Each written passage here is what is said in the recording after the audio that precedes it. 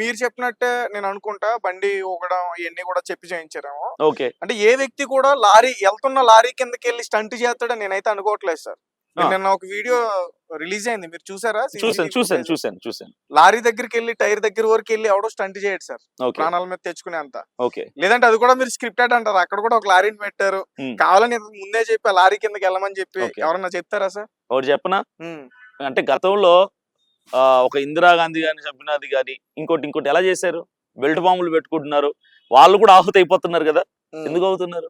వాళ్ళు చచ్చిపోతూ శత్రువుని కూడా అంటే వాళ్ళు ఎవరైతే డబ్బు తీసుకున్నారో ఆ డబ్బుని కుటుంబానికి అందజేయాలని చెప్పి ఎదుటోడు నేను చచ్చిపోయినా పర్లేదు, నా కుటుంబం హ్యాపీగా ఉండాలంటే చచ్చిపోయినా పర్లేదని చెప్పి ఇలాంటి దాంట్లో దిగే వాళ్ళు చాలా మంది ఉన్నారు.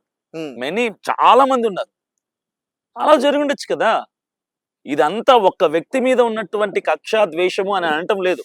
టోటల్ క్రిస్టియన్ కమ్యూనిటీని అంతా కూడా డైవర్ట్ చేయటానికి జరిగినటువంటి ప్రయత్నం అని అనుమానాలు మాత్రం మాకున్నాయి. క్రిస్టియన్ లీడర్స్ తో పోల్చుకుంటే క్రిస్టియన్ పాస్టర్ లో చూసుకుంటే ఇతని కన్నా పెద్ద పెద్ద పేర్లు ఉన్న పాస్టర్లు ఉన్నారు సార్. ఉన్నారు, చాలా మంది ఉన్నారు. వ్యాఖ్యలు చేసిన పాస్టర్స్ చాలా మంది. ఇతన్నే ఎందుకు టార్గెట్ చేయాలనుకుంటున్నారు? అదే చెప్పబోతున్నా. చాలా మంది ఇతనికంటే పెద్ద పెద్ద పాస్టర్లు ఉన్నారు. వాళ్ళందరూ చేసేది ఏంటంటే బైబిల్ ని బోధిస్తారు. ప్రవీణ్ పగడాలు గారు ఏం చేసేవాళ్ళంటే ఇతర దేవుళ్ళని, ఇతర మత గ్రంథాలని, ఇతర సిద్ధాంతాల కోసం మీ గ్రంథాల్లో ఇలా ఉన్నాయి కాబట్టి అది అబద్ధం, మా గ్రంథంలో ఇలా ఉంది, ఇది నిజం, మీ దేవుడు అలా ఉన్నాడు, అది నిజం కాదు, ఆయన రాజు, ఆయన దేవుడు కాదు, యేసుక్రీస్తు నిజమైంది అని ప్రతిదీ కూడా టాలీ చేస్తూ ఇతర మత గ్రంథాలని, ఇతర దేవుళ్ళని మాట్లాడినప్పుడు అవతల వాళ్ళకి ఒక తక్కువ భావన వచ్చి భావోద్వేగానికి గురైపోయి చాలా కోప్పడే వాళ్ళు, చాలా వాళ్ళు కోపాన్ని వ్యక్తపరిచేవాళ్ళు. ఇలా మిస్టేక్ అయితే మిస్టేకే.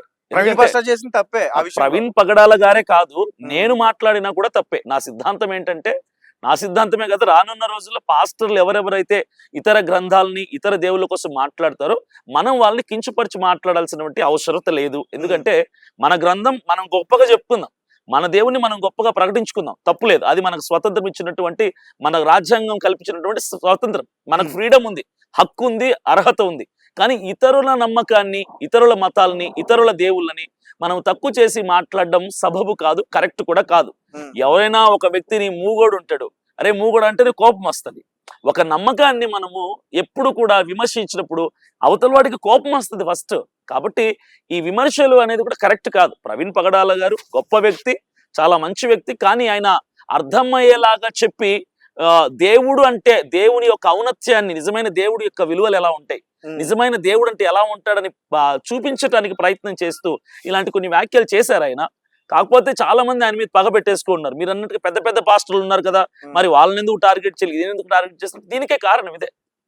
ఇందుకే అంటే ఉన్న వాళ్ళలో ఈయన మాత్రమే జ్ఞాని, అందుకని ఇతన్ని టార్గెట్ చేశారు. ఇతర మతాల మీద ఈయనకున్నంత జ్ఞానం ఇంకెవరికి లేదు. మా క్రిస్టియన్ కమ్యూనిటీలో ఏ పాస్టర్స్ తో చూసుకున్నా సరే ఈయన మాత్రమే అంత జ్ఞానంగా, చక్కగా, ఒక ఇన్డెప్త్ డీటెయిల్డ్ గా మాట్లాడగలిగినటువంటి వ్యక్తి ఈయనే. Right sir. అయితే మీ పాస్టర్స్ అందరూ కూడా ఫైట్ చేస్తున్నారు, ఓకే రైట్, ఓకే, జస్టిస్ కోసం. మీరు ఎందుకంటే ఒక షమి అనే ఒక వ్యక్తి బహిరంగంగా చెప్పినట్టున్నాడు కదా, ఏం చెప్పాడు? ప్రవీణ్ పాస్టర్ ని చంపేస్తాను షమిగా చెప్పింది. మరెవరు? ఒక వ్యక్తి చెప్పాడు, ఆ వర్గానికి సంబంధించినట్టు ఒక పెద్ద ఆయన చెప్పాడు. అది కూడా ఆ ఇష్యూ కూడా క్లియర్ అయిపోయింది. ఈయన వాళ్ళ వర్గానికి సంబంధించి, వారి మతానికి సంబంధించి ఏదో విషయంలో ఈయన కొంచెం అదుపు తప్పి మాట్లాడారని, వారికి అపార్థం అయిపోయి బాధపడి వాళ్ళ భావోద్వేగాలు, మనోభావానికి గురైపోయి, వాళ్ళు భావోద్వేగానికి గురైపోయి కోపముతో నిన్ను చంపేస్తాం, నీ నాలుగు కోసేస్తాము, చాలా క్రూయల్ గా మాట్లాడు, చాలా హార్ష్ గా మాట్లాడారు, చంపేస్తామని. అప్పుడే ఈయన పోస్ట్ పెట్టారు, నాకు ప్రాణహాని ఉంది అని.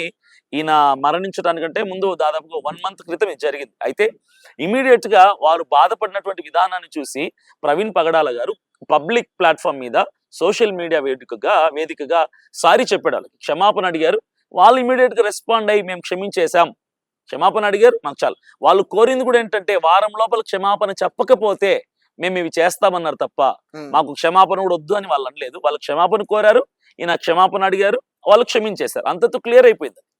సో వాళ్ళ మీద ఎలాంటి అనుమానాలు కానీ లేవు. అంటే ఒకవేళ ఉన్నా కానీ మీరు మాట్లాడరా?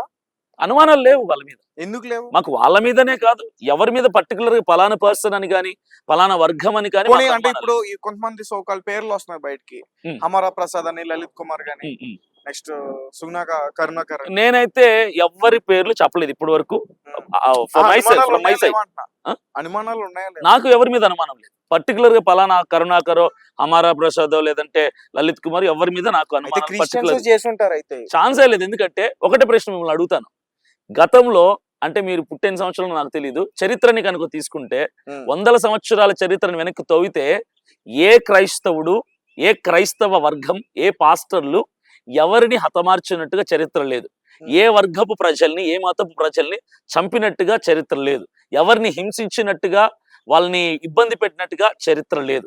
గతంలో నుంచి కొన్ని వందల వేల సంవత్సరాల నుంచి కూడా క్రైస్తవులు చంపబడుతున్నారు, మిషనరీస్ చంపబడ్డారు, పాస్టర్లు చంపబడ్డారు. ఇలానే జరుగుతున్నాయి, ఇప్పటికీ జరుగుతూనే ఉన్నాయి తప్ప క్రైస్తవులు ఎవరిని చంపింది లేదు దేవుని పేరు చెప్పి. కాబట్టి చూసుకోండి హిస్టరీ. దేవుని పేరు చెప్పి సువార్త చేయొచ్చు. ఎస్, ఎగ్జాక్ట్లీ, అది మా హక్కు. సువార్త చేయడానికి వెళ్ళినప్పుడే కదా సార్ ఇలాంటి సంఘటనలన్నీ కూడా జరుగుతున్నాయి. స్వార్థ చెప్తున్నాను తప్ప ఎవరిని బలవంతంగా మార్చడం లేదే. ఇప్పుడు నేను మీకు నా యేసు ప్రభువుని చెప్పొచ్చు, నాకు ఇష్టం లేదంటే నేను మానేయాలి. ఇష్టం లేదన్నా చెప్పడం తప్పు, నాకు వద్దు అన్నా చెప్పడం తప్పు, నా ఇంటికి రావద్దు అన్నా వచ్చి చెప్పడం తప్పు. అంతే తప్ప ఇనిషియేట్ గా తీసుకొని నేను చెప్పడం ప్రారంభించినప్పుడు మీరు ఇంట్రెస్టెడ్ గా వింటే నో ప్రాబ్లం, నేను చెప్పొచ్చు, అది నా హక్కు. వద్దు అన్న చోట చెప్పకూడదు.